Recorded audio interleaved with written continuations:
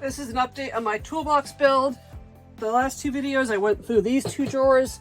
This video I'm going to kind of go through 3 drawers up here, and then this one will be for the last video because this is my favorite drawer out of all of them.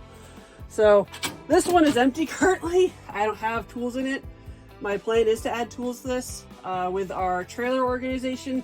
There's some tools in there that I kind of want to keep in the garage from now on, so these are going to go probably in here. I'll have an update on that when I have that done. And then this is some of the tools from the mechanics tool set. This didn't come out the greatest. I don't like how this was shaped, although it kind of sits there and it closes, so I'm fine with it. And I've got the other bits from the mechanics tool set. These are from, I think it was the second version of the toolkit, because I bought 3 different versions of the mechanics tool set because I loved it so much, and they improved on it each time.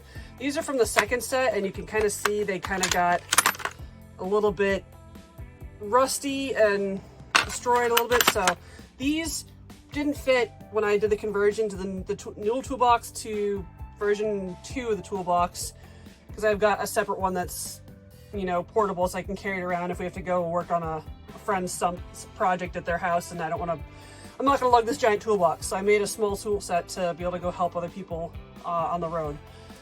So these didn't fit in there, so they are now part of this toolbox as spares or anything else, and I'll take some of the rust removal stuff and I'll soak these later, but I had to get these out of my house because I was tired of looking at it on my dining room table. So then back here I have one of those Milwaukee box cutter knives, plus there's a screwdriver attachment on it, and that was also Gridfinity printed. And then this is the pick set from Harbor Freight, and someone just happened to make a nice little Gridfinity box for that too, so I threw that in here. Have all the bits for that as well. And this drawer is still a work in progress, but it's going to be more of my electronical drawer, minus these, because they are too tall to fit in this drawer. So they're going in here, that's where there's space. So in here I've got a fuse tester thing that I'm going to be working on my Mazda 3 on. It likes to have a parasitic drain, so video on that when I fix that.